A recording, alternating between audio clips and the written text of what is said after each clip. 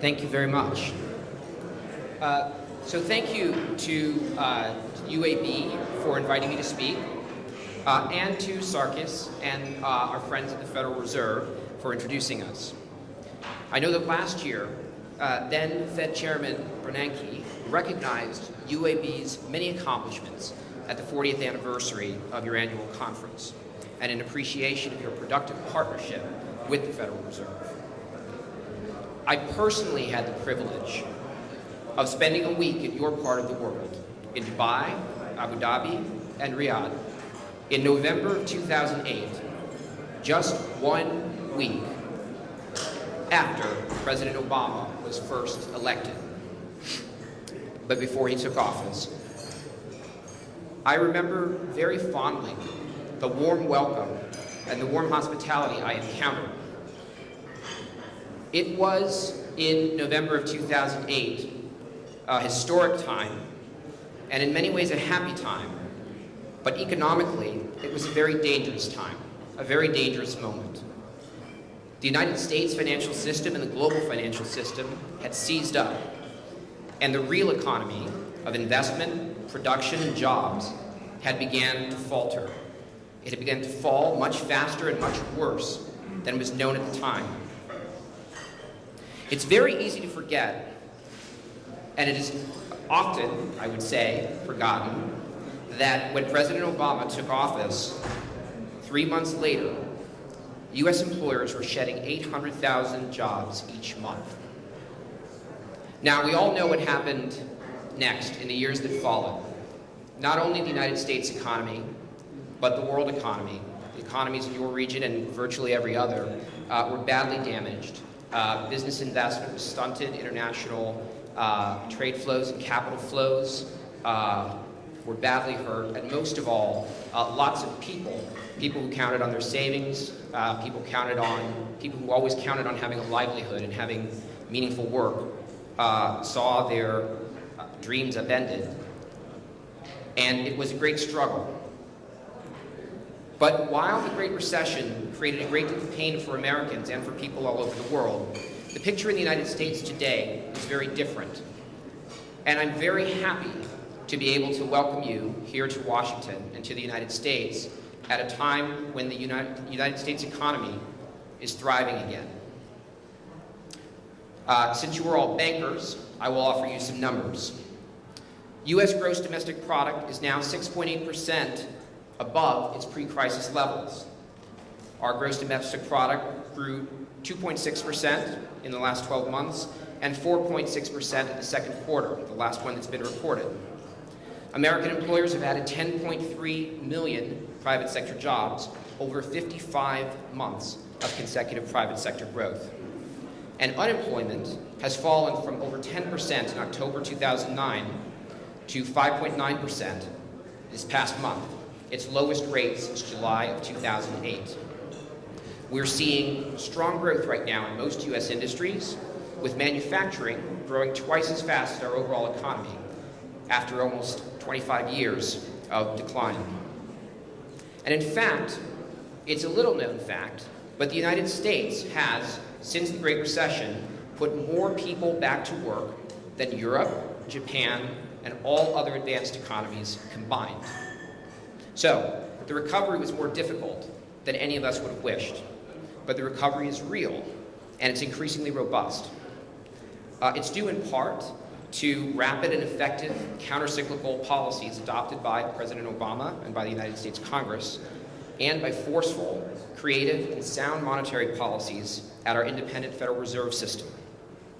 Most of all, the credit is due to the resilience and resourcefulness of America's 330 million people, from our innovators, inventors, and investors, to our employers and educators, to ordinary workers, families, and communities who faced setbacks by redoubling their efforts and by helping their neighbors. But as important as that short-term progress is, the U.S. is positioned for long-term growth, as has been recognized in A.T. Kearney's annual global survey of overseas investors.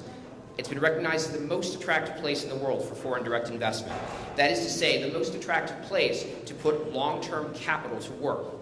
That's in 2013 and in 2014. It was the first time since 2001 that the United States has been recognized as the best place in the world to invest. And in 2014, it was seen as the most attractive place to invest by investors in every industry and in every region of the world. So why is that? A few more numbers. Nearly 30% of the world's patents come from the United States, as does 1/3 of the world's research and development investment. America's workforce is the most productive in the world, 30% more productive than Germany's, and twice as productive as South Korea's. The United States now produces more oil than it imports. Natural gas production is at an all-time high.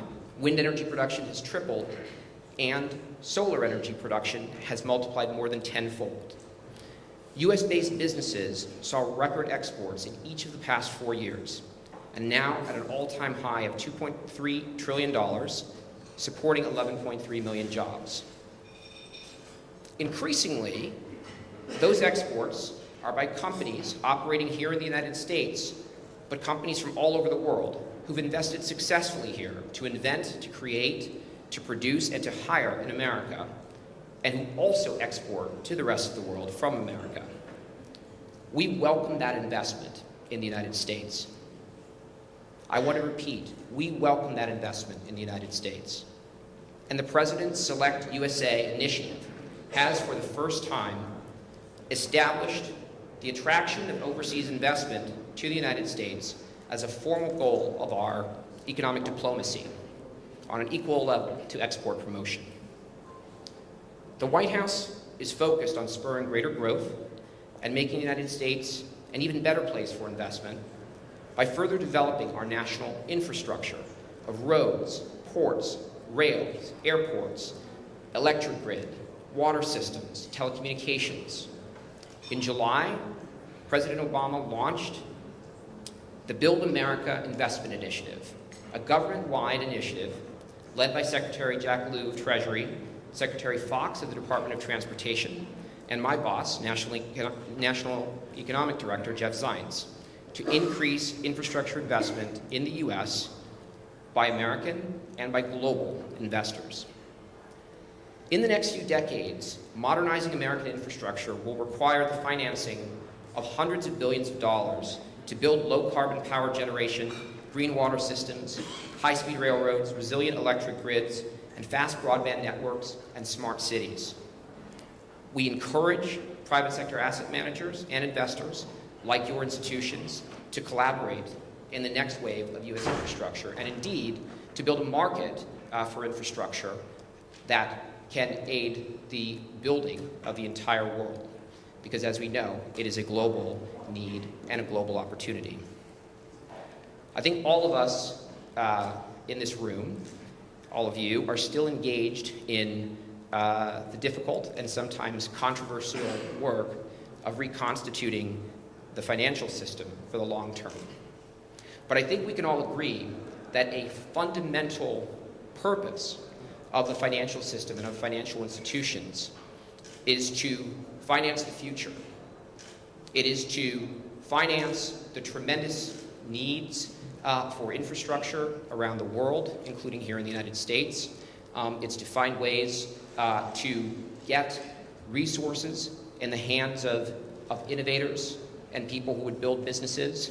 It's to find ways of financing the development of perhaps the most important capital of all, human capital, which in every country in the world is a bottleneck to growth and a bottleneck to an equitable and inclusive form of growth in which everyone in this country and in your countries can participate in the tremendous opportunities that technology and markets and so much of what is moving the world forward can provide. So as we move forward, we appreciate your friendship and we look forward to your partnership. And I'd be happy now both to answer any questions and to receive any advice that you might have. Thank you.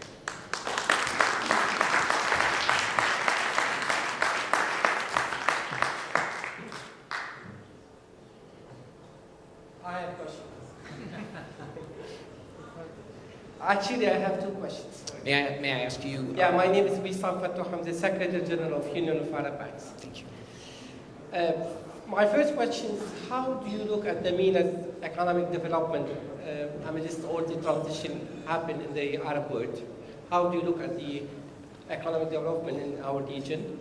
That's my first question. And my second question is, U.S. government put a lot of pressure on the American banks. And the American banks put a lot of pressure on other banks, whether in the MENA region or other region. At the same time, you're asking for financial and economic development within a very hard regulations. How can you make this compromise between applying these regulations and make a real development, real financing to the economy, real financing to the market? All the banks now are afraid to make any financing within all those regulations. Probably the U.S. Treasury Department said that you have done a mistake and there is sanctions on you. So there should be like a compromise between financing and making economic development and applying all the rules and regulations. How can you see that? Well, let me take your two questions in turn. Your first question is about, I guess, the view of economic development in the Arab world.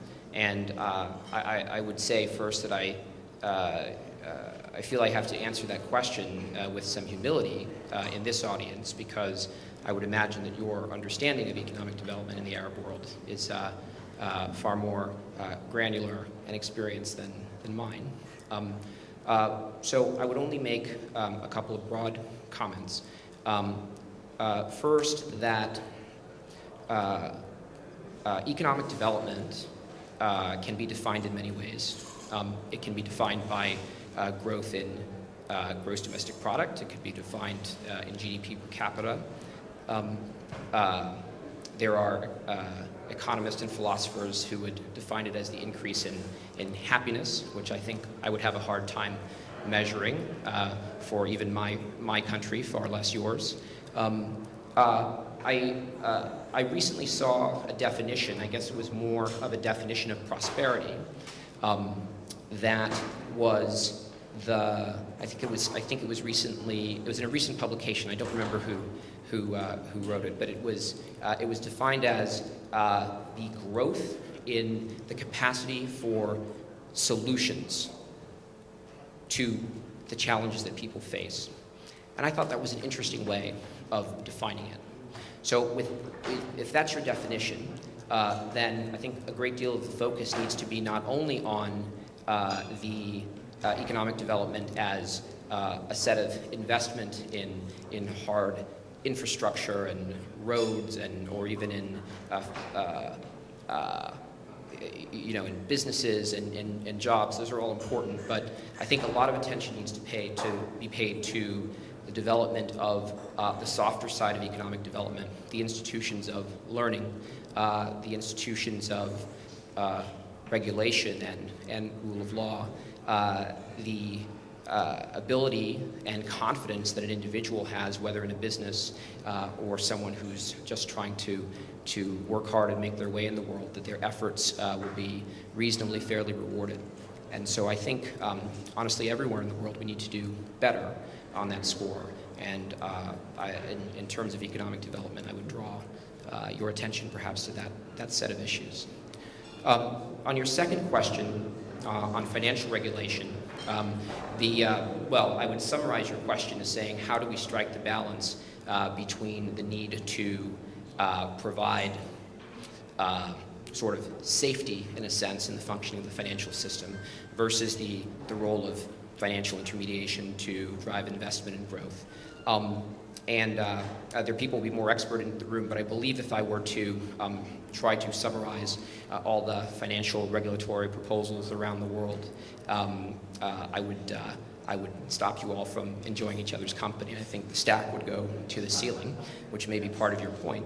But I think The challenge is that we're in a moment of transition where each jurisdiction, each country is trying to solve that very problem for itself at the time when the global financial system is very much integrated. So you have now the complexity is driven not only by each jurisdiction making its own decisions, but supranational institutions trying to harmonize those decisions, and then at a global level, these sort of efforts at harmonization. So it is just an extremely difficult process. It's a time-consuming process, and it's hard to believe that we could do it without making some mistakes. So I think what we could all hope is that there would be enough openness and dialogue and ongoing analysis of the trade-offs that we're making, so that where we do make mistakes, we can improve it along the way. Thank you. Sure.